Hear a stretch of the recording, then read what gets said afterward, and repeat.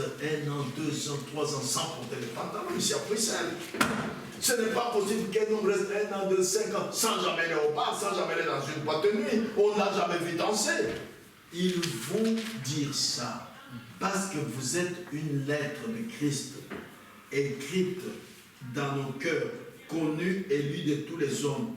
Vous êtes manifestement une lettre de Christ, verset 3, écrite par notre ministère, non avec de langue, mais avec l'esprit du Dieu vivant, non sur des tables de pierre, mais sur des tables de chair, sur les cœurs.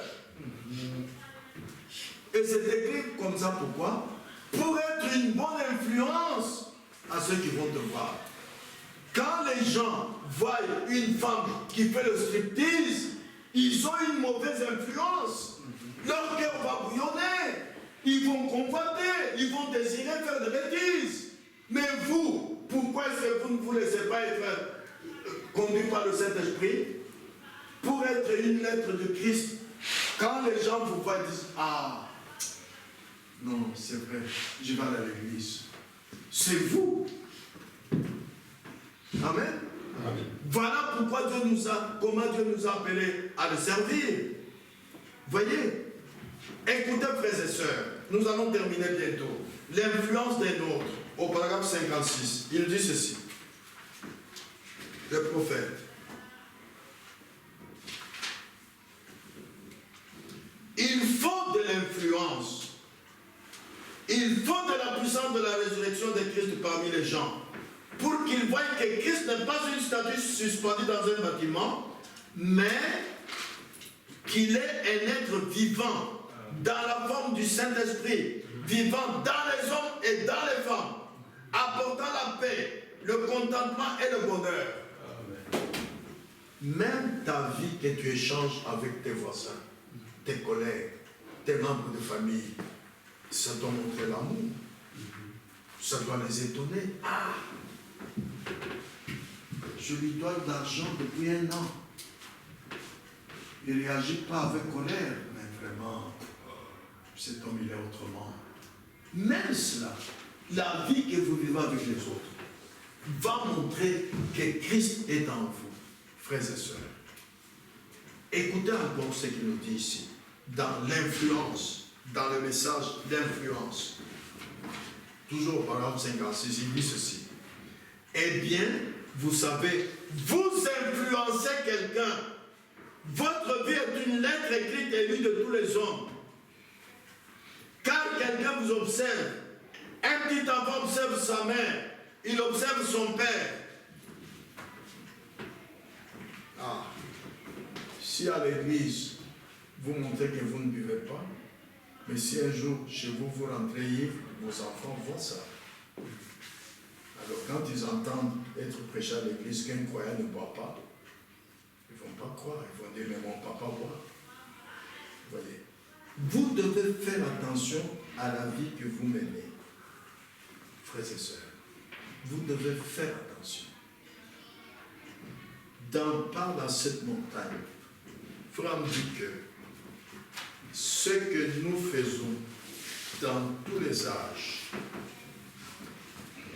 pour un réveil, c'est amener les âmes perdues à Christ. Alors, qui va amener ces âmes perdues à Christ? C'est vous. Nous n'allons pas faire comme les témoins des Jéhovah, les méthodistes, former un groupe de prédicateurs avec frère Jean-Claude et avec mon frère qui vient d'arriver. Frère, allons de maison en maison parler aux gens à Christ. Non. Frère me dit que l'évangile, ça ne se prêche jamais entre inconnus. C'est vous, avec votre collègue qui vous connaît depuis 10 ans, vous lui parlez, il connaît votre vie. Quand il vous a fait du mal, il connaît votre réaction. N'est-ce pas? Quand vous avez eu une très belle fille à côté de vous, il connaît votre réaction. Quand vous lui dites, venez un peu à l'église, il dit, ah, cet homme, il est croyant, je vais à son église. Et vous, sœurs, la même chose. L'évangile ne se prêche jamais entre inconnus. Non.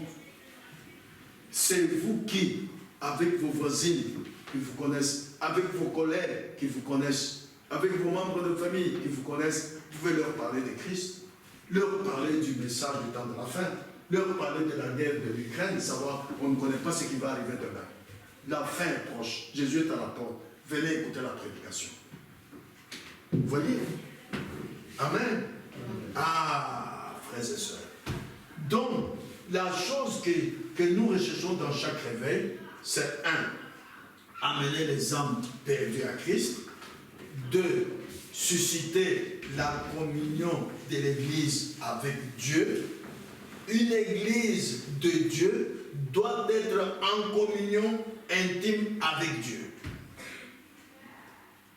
Quand l'Église est tiède, il y a quelque chose qui ne va pas. L'Église doit démontrer à un visiteur qui vient pour la première fois que, oh, mais dans cette Église-là, les gens ont des visions, il y a des prophéties, il y a la puissance de Dieu qui est manifestée. Vous voyez, nous devons manifester une communion intime avec Dieu. Et nous devons manifester la guérison des maladies. Amen. Ah, frères et sœurs, c'est pourquoi ce que Dieu nous donne comme responsabilité, c'est d'amener les âmes perdues à Christ. C'est de parler du message du temps de la fin aux gens. Amen. Parce que il n'y a plus de temps. Jésus est à la porte. Quand nous cherchons à sortir les nôtres du péché ou du piège du diable, c'est le vrai amour qui se manifeste de cette façon-là. Quand je vois le péché parmi les gens, je fais tout l'impossible pour combattre ce péché. Pourquoi? Comme je l'ai dit tantôt, tu pars en ville, un inconnu tombe, un enfant paie, tu vas le relever, n'est-ce pas, frère Jean-Marie? Et alors, si dans le charnel nous faisons ça, quand tu vas tomber dans le péché des années, pourquoi tu ne fais que le regarder? C'est que tu ne l'aimes pas. Jésus a dit, aimez-vous les uns les autres comme je vous ai aimé. Et la Bible dit, c'est par là que nous avons terminé, en 1 Jean, chapitre 3, verset 16, voilà le verset qui vous a échappé peut-être, mais auquel Dieu vous fait revenir aujourd'hui. 1 Jean, chapitre 3, verset 16, nous avons connu l'amour en ce qu'il, c'est-à-dire Jésus, a donné sa vie pour nous. Nous aussi, nous devons donner notre vie pour les frères. Amen. Quand je vois mon collègue de travail, mon voisin vivre dans le péché, je dois tout faire, même prier toute la nuit pour que Dieu touche son cœur, pour qu'il vienne à Christ, pour qu'il vienne avec moi à l'église écouter la prédication. Parce que Dieu a dit, allez prêcher la bonne nouvelle à toute la création. Celui qui croira et qui sera baptisé sera sauvé. Mais, c'est écrit d'une manière cachée. Maintenant, allez prêcher la bonne nouvelle à toute cette création qui vient à qui on ira prêcher. Qui va les appeler? Qui? C'est l'influence de votre vie. Je vous donne un exemple dans la vie. Jésus lui-même, quand il faisait des miracles, quand un jour il est passé à côté des disciples, ils ont dit, ah, celui-là, c'est celui-là, Jésus-Christ, le Fils de Dieu, je le suis. L'autre, il a suivi les filets il les a suivis. Parce qu'ils ont entendu les miracles que Jésus faisait. Il faisait marcher les boiteux, les aveugles retrouvaient la vue, les sourds entendaient, les muets parlaient, les morts ressuscitaient. Non, nous allons le suivre. Toi aussi, commence par vivre une vie biblique en quittant le monde. Cela va étonner le monde. Et le jour que tu leur diras, venez à l'église, ils vont venir. Que Dieu vous bénisse. Amen. Inclinez la tête pour l'adoration.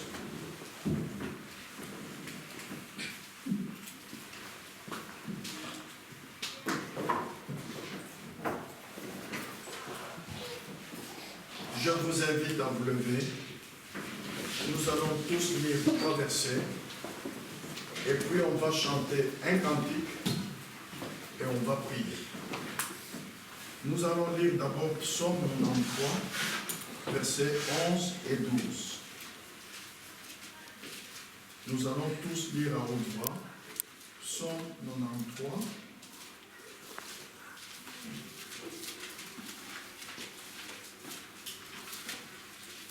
Versets 11 et 12. Vous y êtes? Il n'y a pas 11 et 12 au 93. Mais si, chez moi il y a 11 et 12. Psaume 93. 94 alors, ou 92. Ah oui, c'est vrai, tu as raison, 94. Oui, oui, oui. Merci beaucoup. 94, 11 et 12. On y va? L'Éternel connaît les pensées de l'homme. Il sait qu'elles sont vaines. Heureux l'homme que tu châties, ô Éternel, et que tu instruis par ta loi. Amen. Amen. Instruis lui-même. La Bible dit, ils seront tous enseignés de Dieu. Amen. Lisons Psaume 28, versets 2 à 4.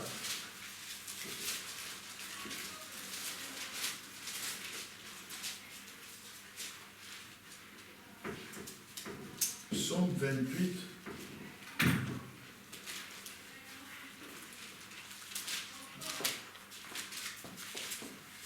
Psaume 28, du verset 2 jusqu'au verset 4. Vous y êtes? Oui. Lisons. Écoute la voix de mes supplications quand je crie à toi.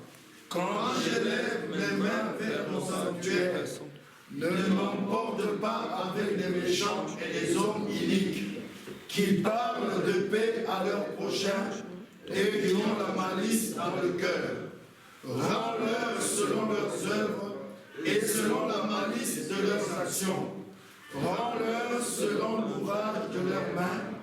Donne-leur le salaire qu'ils méritent. Amen. Amen. Enfin, psaume 32, versets 5 et 6. Après cela, nous chantons un cantique et nous prions. Psaume 32, versets 5 et 6. Vous y êtes? Lisons. Je t'ai fait connaître mon péché, je n'ai pas caché mon iniquité. J'ai dit, j'avouerai mes transgressions à l'Éternel, et tu as effacé la peine de mon péché. Qu'ainsi ton Dieu te brille au temps convenable, si de grandes eaux débordent, et ne l'attendront nullement. Amen. Amen. Nous chantons un cantique, et après nous prions. Frère Frédéric, tu nous conduis dans un cantique.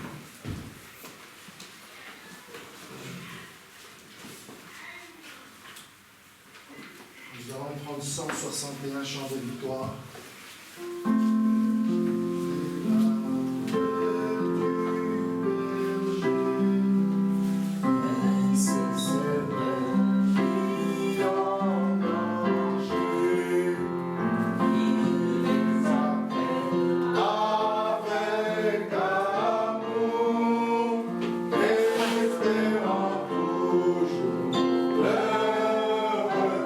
Cherchons, cherchons.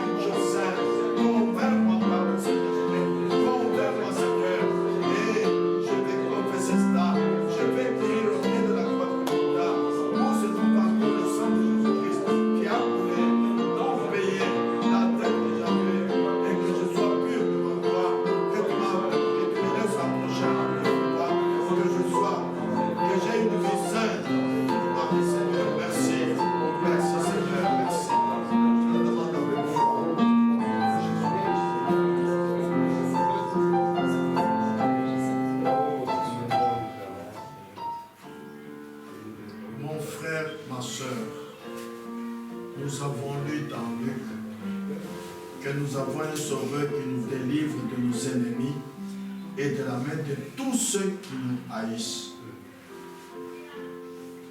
afin de donner à son peuple la connaissance du salut par le pardon de ses péchés.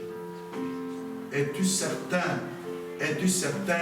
que Dieu t'a pardonné tous tes péchés, mon frère, ma soeur? Attention aux péchés volontaires. Si tu fais quelque chose de mal et que tu dis non, ça ne fait rien, ce n'est pas grave, là, c'est un péché volontaire. Dieu ne peut pas te pardonner cela. Reconnais tout le mal que tu as fait. Selon la parole qui nous est révélée dans ce temps de la fin, confesse cela à Dieu, reconnais ta culpabilité.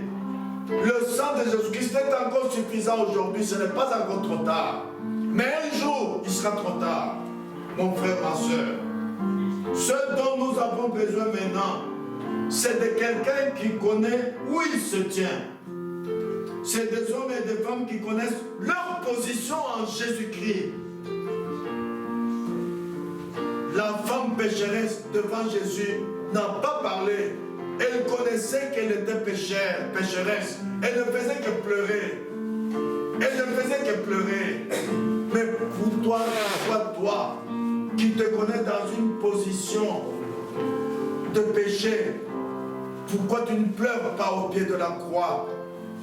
Pourquoi tu ne reconnais pas tes péchés? Sœur, tu sais que l'ennemi attire avec un pouvoir irrésistible et que l'ennemi prend les femmes comme ses agents pour travailler au travers d'elles. Le corps de la femme est attrayant. Maintenant, si tu ne veux pas cacher ton corps, sache qu'au jugement, il y aura beaucoup d'hommes qui t'ont convoité avec ceux qui ont commis adultère avec toi dans leur cœur. Tu répondras pour cela. Alors aujourd'hui, reviens à Christ, reconnais que ton habillement n'est pas décent, il est indécent, et viens auprès de Christ lui demander de te pardonner. Ne dis pas que ce n'est rien. Non, non mon frère, non ma soeur. Lis bien la Bible en 1 Timothée 2,9. Que la femme soit habillée d'une manière décente avec pudeur. Nous avons besoin d'amener cette assemblée en communion intime avec Dieu. Et tous ceux qui ont crié n'ont qu'un cœur et qu'une âme. Si tu connaissais ta position en tant que croyant, mon frère, ma soeur,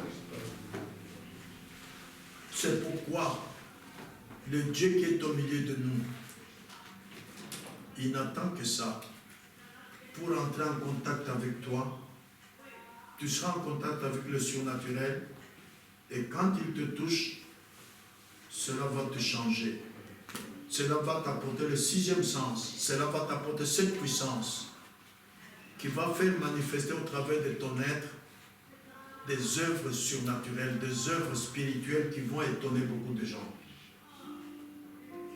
C'est pourquoi je demande maintenant à mon frère Jean-Claude de venir prier et apporter toutes les prières qui ont été faites au trône de grâce de notre Dieu. Nous ne devons pas venir à l'église et agir d'une manière dénominationnelle selon l'interprétation intellectuelle de la Bible. Non. Nous devons nous laisser conduire par le Saint-Esprit. Et nous devons être certains que nous sommes en communion avec Dieu. Voilà pourquoi nous venons à l'église.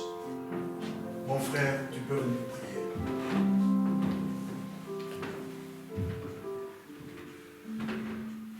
Nous allons prier.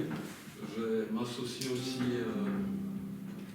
à ceux qui veulent confesser leurs péchés, à ceux qui veulent demander pardon à Jésus-Christ. La Bible dit, si nous avions péché, écoutez, nous avions un avocat. Et lui, il est toujours disposé à nous écouter, à nous pardonner. Pourquoi je m'associe aussi à cela? Parce que je reconnais moi-même que je suis pécheur. La Bible dit, si nous disons que nous n'avions pas de péché, nous faisons de notre Dieu un menteur. Parce que lui a regardé ici sur terre, il n'a trouvé personne qui était saint. Voilà pourquoi je m'associe à cela. Donc n'ayez pas honte. Si votre cœur vous condamne, vous avez la possibilité maintenant, là où nous avions nos têtes inclinées, d'élever votre main, pas devant le frère Jean-Claude, ni le frère Kanda, mais vous allez élever votre main comme moi-même devant Jésus-Christ, afin que nous puissions invoquer son sang. La Bible ajoute, si nos péchés sont rouges comme les cramoisis, les sangs du Seigneur Jésus-Christ versés à Golgotha peut les rendre maintenant même blancs, plus blancs que la neige. Amen. Alors, s'il vous plaît, n'ayez pas honte. Nous sommes devant le Seigneur. J'ai levé ma main et faites de même si votre cœur vous reproche de quelque chose. Et nous allons prier. Veux-tu briser du péché le pouvoir? La force est en Christ, la force est en Christ. Si dans ton cœur tu veux les recevoir, la force est dans le sang de Christ. Oh, je suis fort, fort, oui, plus que vainqueur, par le sang de Jésus, mon sauveur. Je suis fort, oui, plus que vainqueur, par le sang de Jésus, mon sauveur. Encore une fois, oh, fais-tu briser du péché le pouvoir. Mes frères, la force est en Christ, la force est en Christ. Si dans ton cœur tu veux le recevoir, la force est dans les sangs. Oui, je suis fort, oui, plus que vainqueur, par le sang de Jésus, mon sauveur. Je suis fort, oui, plus que vainqueur, par le sang de Jésus, mon sauveur. Seigneur Jésus-Christ, nous te disons merci pour la prédication que nous venons d'écouter sous les titres « L'influence de l'autre ». Merci Seigneur parce que nos cœurs ont été touchés. Merci parce que nous avions réellement capté la mission que tu nous as donnée. Tu veux que nos vies soient influencées par le Saint-Esprit. Amen. Amen. Et moi, tout comme toute l'Assemblée, Seigneur, nous voulons te demander pardon. Amen. Parce que nous reconnaissons que nous sommes faillibles. Nous sommes des pécheurs. Nous n'avions pas accompli l'entièreté de ta mission. Donne, pardonner notre paresse, notre négligence, Seigneur Jésus-Christ.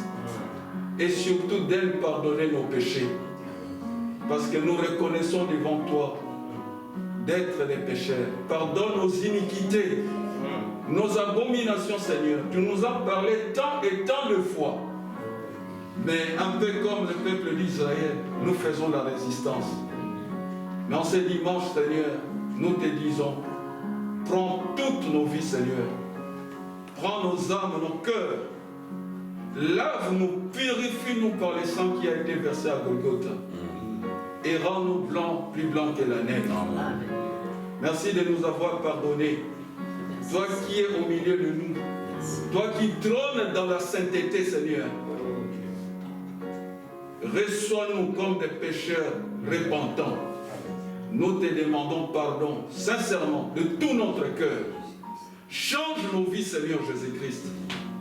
Et donne-nous ta puissance, afin que nous puissions lutter et résister contre Satan, contre toute influence démoniaque et contre toute influence de ce monde. Nous les demandons au nom puissant de Jésus-Christ. Merci Seigneur parce que tu l'as fait. Tu avais dit tout ce que nous demanderons à ton nom, tu vas le faire.